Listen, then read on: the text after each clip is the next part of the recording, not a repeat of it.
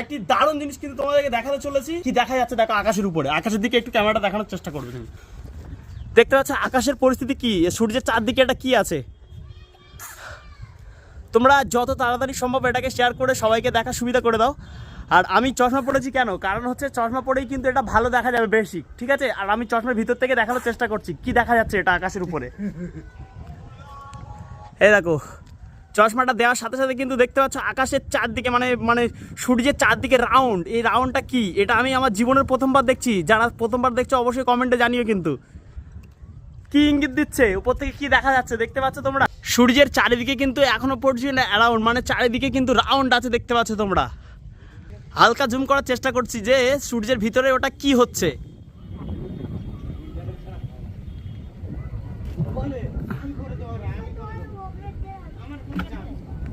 কি হয়ে আছে মানে সূর্যের চারিদিকে কি হয়ে আছে তোমরা